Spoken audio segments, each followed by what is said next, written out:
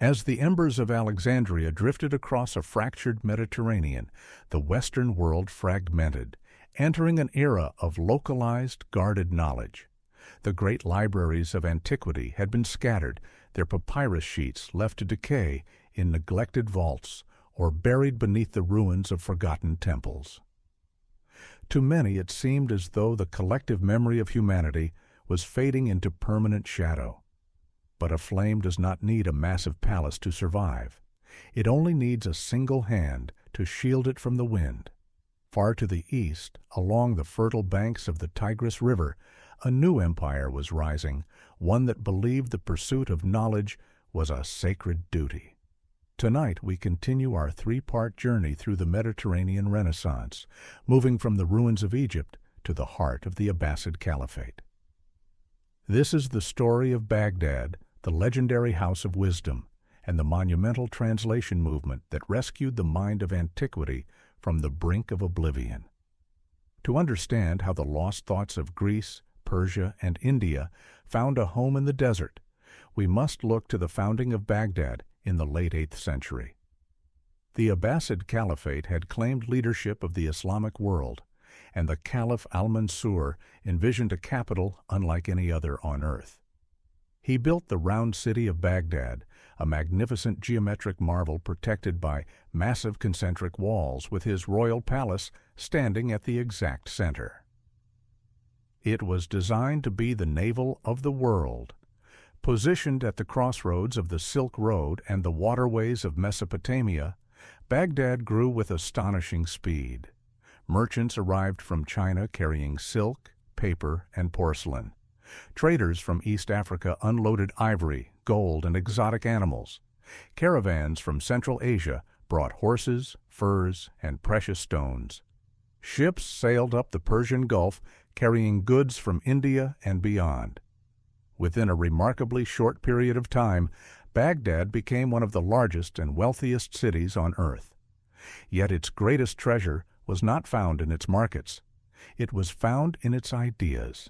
The true intellectual explosion of Baghdad arrived under the reign of the legendary Caliph Harun al-Rashid and reached its spectacular peak under his son, al-Ma'mun, in the early 9th century. Al-Ma'mun was a ruler fascinated by philosophy, science, and the rational pursuit of truth. Legend says he was visited in a dream by Aristotle himself. When the caliph asked the philosopher what constituted the good, Aristotle supposedly replied, "That which is reasonably true." Whether the story is fact or myth hardly matters. It perfectly reflects the spirit of al-Ma'mun's reign. Driven by this desire for knowledge, he expanded a royal library into a massive state-funded institution known as the Beit al-Hikmah, the House of Wisdom. This was not merely a building filled with books. It was an academy, a research institute, a translation bureau, an observatory, and a gathering place for some of the greatest minds of the medieval world. Imagine entering the House of Wisdom during its golden age. The air is thick with the scent of fresh ink, parchment, rosewater, and hot tea. Scholars pace beneath shaded arcades, discussing philosophy and mathematics. Translators lean over wooden desks covered in manuscripts written in Greek, Syriac, Persian, and Sanskrit. Astronomers compare celestial observations recorded centuries apart. Physicians debate the teachings of Galen while mathematicians cover wax tablets with calculations. The sound of conversation fills every corridor. Arabic, Greek, Syriac, Persian, Hebrew, and Sanskrit mingle together in a constant exchange of ideas. In an age often remembered for religious conflict, the House of Wisdom brought together Muslims, Christians, Jews, Persians, Arabs, and Central Asians in pursuit of a common goal: understanding the world. Unlike the ancient library of Alexandria, which relied heavily on fragile papyrus scrolls, Baghdad benefited from a revolutionary technology that would transform the spread of knowledge forever. After the Battle of Talas in 751, knowledge of Chinese papermaking gradually spread into the Islamic world. The Abbasids recognized its potential immediately. Paper was cheaper than parchment, more durable than papyrus, and vastly easier to produce in large quantities. The consequences were enormous. Books became more affordable, libraries expanded rapidly, scholars could copy texts more efficiently than ever before. Baghdad soon developed a thriving book industry. Entire districts of the city were devoted to booksellers, scribes, calligraphers, and binders. Some travelers describe streets lined with bookshops, each overflowing with manuscripts on science, law, medicine, philosophy, literature, and history.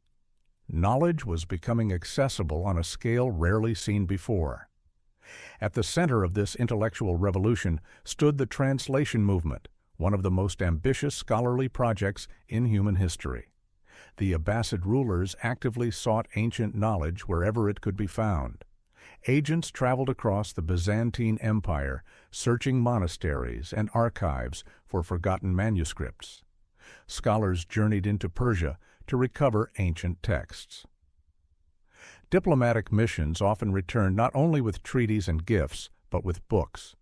According to later accounts, Al-Mamun offered translators rewards equal to the weight of their completed manuscripts in gold. Whether literally true or not, the story reveals how highly scholarship was valued. The works of Plato, Aristotle, Euclid, Archimedes, Ptolemy, Galen, Hippocrates, and countless others poured into Baghdad. Many of these texts survived only because they were translated during this period. At the heart of this effort stood one of the greatest translators in history, Hunayn ibn Ishaq.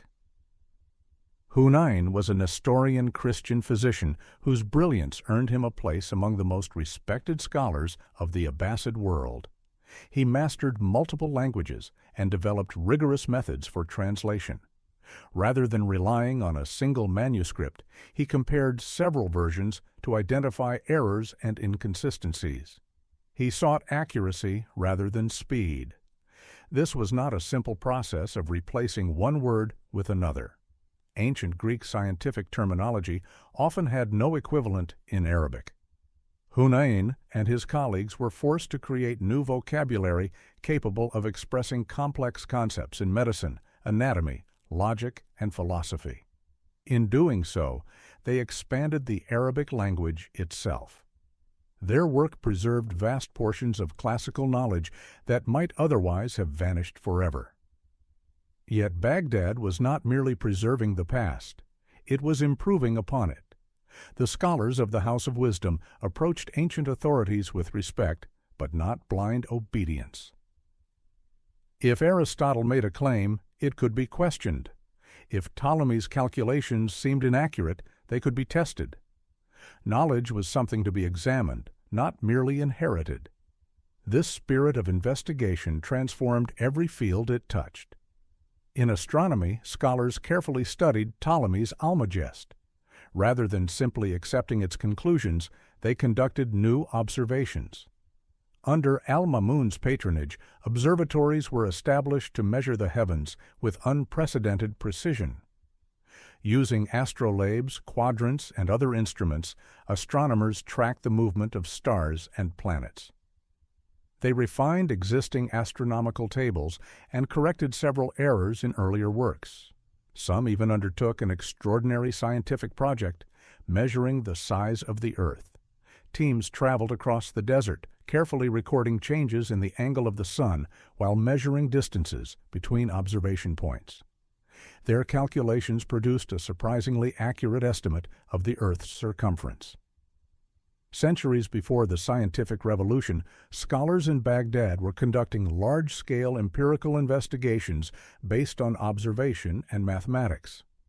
In the mathematical halls of the House of Wisdom, another revolution was taking place. A Persian scholar named Muhammad ibn Musa al-Khwarizmi was developing ideas that would permanently change human civilization. Al-Khwarizmi studied Indian mathematical traditions and recognized the immense power of the Hindu-Arabic numeral system. Unlike Roman numerals, these symbols allowed calculations to be performed efficiently. Most importantly, they included a concept that would become fundamental to modern mathematics: zero. Building upon these foundations, Al-Khwarizmi wrote a groundbreaking treatise called Al-Jabr. From that title comes the word algebra. His work provided systematic methods for solving equations and organizing mathematical problems. Rather than treating each calculation as a unique challenge, he developed general procedures that could be applied repeatedly. Those procedures eventually gave rise to another word derived from his name itself: algorithm. Today, every computer, smartphone, search engine, and digital network depends upon mathematical principles descended from the work of Al-Khwarizmi and his successors. The modern world carries the fingerprints of medieval Baghdad. As the 9th century gave way to the 10th, the intellectual influence of the Abbasid world continued to expand. Al-Kindi, often called the philosopher of the Arabs, sought to reconcile Greek philosophy with Islamic theology. He wrote on mathematics, optics, medicine, music theory, and cryptography. His works helped establish philosophy as a respected field of inquiry throughout the Islamic world. The Banu Musa brothers pushed the boundaries of engineering. Their book of ingenious devices described automated fountains, self-operating machines, mechanical valves, and complex hydraulic systems. Some of their inventions contained concepts that resemble early forms of automation. Their creations remind us that innovation in Baghdad was not confined to libraries. It also emerged in workshops, laboratories, and engineering projects. Perhaps no figure better embodied the intellectual ambitions of the age than Ibn Sina, known in the West as Avicenna. A philosopher, physician, and polymath of extraordinary talent, Ibn Sina synthesized centuries of Greek, Persian, and Islamic scholarship into comprehensive works that shaped medicine for generations. His canon of medicine became one of the most influential medical texts ever written. For over 500 years, physicians across Europe and the Middle East studied its pages. The House of Wisdom had become far more than a library. It was the center of a civilization-wide network of learning. Arabic emerged as the international language of science. Scholars from regions stretching from Spain to Central Asia could communicate through a shared intellectual tradition. Ideas moved along the same routes that carried silk, spices, and precious metals. A discovery made in Persia could influence physicians in Egypt. Mathematical innovations developed in Baghdad could reach scholars in Morocco. Astronomical observations recorded in Central Asia could be studied in Syria. Knowledge was becoming global. The Mediterranean Renaissance had found its second great champion. By translating the heritage of Greece and Rome into Arabic, the scholars of Baghdad accomplished something extraordinary. They preserved the wisdom of antiquity, enriched it with insights from Persia and India, and transformed it into something entirely new. But like Alexandria before it, Baghdad would eventually face tragedy. The decline came gradually at first. Political rivalries weakened the Abbasid Caliphate. Regional powers asserted independence. Economic strains reduced the authority of the central government. Yet scholarship continued. The intellectual traditions created in Baghdad spread outward, taking root in cities throughout the Islamic world. Then, in 1258, disaster arrived. The Mongol armies of Hulagu Khan, grandson of Genghis Khan, marched toward Baghdad. The siege that followed was devastating. After breaching the city's defenses, the Mongols unleashed destruction on a scale that shocked the medieval world. Palaces were destroyed. Mosques were damaged. Schools and libraries were devastated. When they reached the House of Wisdom, centuries of accumulated knowledge stood in their path. Historical accounts describe manuscripts being thrown into the Tigris River in such numbers that the water turned black with ink. Whether every detail of these stories is literally true or partly symbolic, they reflect the scale of the catastrophe. One of humanity's greatest centers of learning had fallen. It was an echo of Alexandria, a second great blow against the memory of civilization. Yet the story does not end there. The Mongols could destroy buildings, They could burn libraries, they could scatter scholars, but they could not erase ideas that had already spread across continents. Long before Baghdad fell, copies of its manuscripts had traveled westward through North Africa, Sicily, Constantinople, and Al-Andalus.